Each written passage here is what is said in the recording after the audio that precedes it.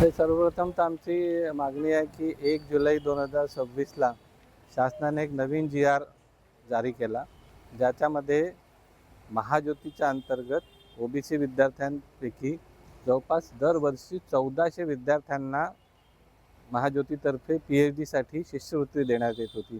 पण यावर्षी या जी-आरच्या द्वारे जवळजवळ 92% त्याच्यात कपात करून फक्त 100 विद्यार्थ्यांना वर्षाची शिष्यवृत्ती PhDसाठी देणार आहे.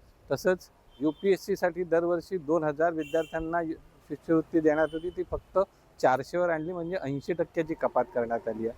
आणि तसंच MPSCसाठी तयारी करणाऱ्या विद्यार्थ्यांना 3000 विद्यार्थ्यांना गेल्या वर्षीपर्यंत शिष्यवृत्ती देण्यात येते, यावर्षी फक्त 1000 विद्यार्थ्यांना, म्हणजे 66% कट केली आहे.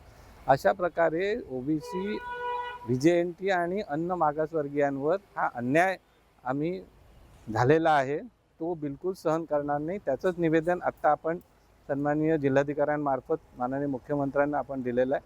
सोबतच OBCंची जनगणनेचा अंतर्भाव आता तरी करावा, ही सुद्धा आम्ही मागणी रेटून धरलेली आहे. आणि सोबतच OBCंसाठी विविध क्षेत्रात ज्या काही निधीची गरज आहे, तो महाज्योतीला असो किंवा महामंडळाला असो, त्या प्रत्येक ठिकाणी निधीची त्यांच्या लोकसंख्येनुसार निधीचा वाटप करण्यात यावा, ही आमची प्रमुख मागणी आहे. आणि याचंच निवेदन आज आपण इथे दिलेलं आहे.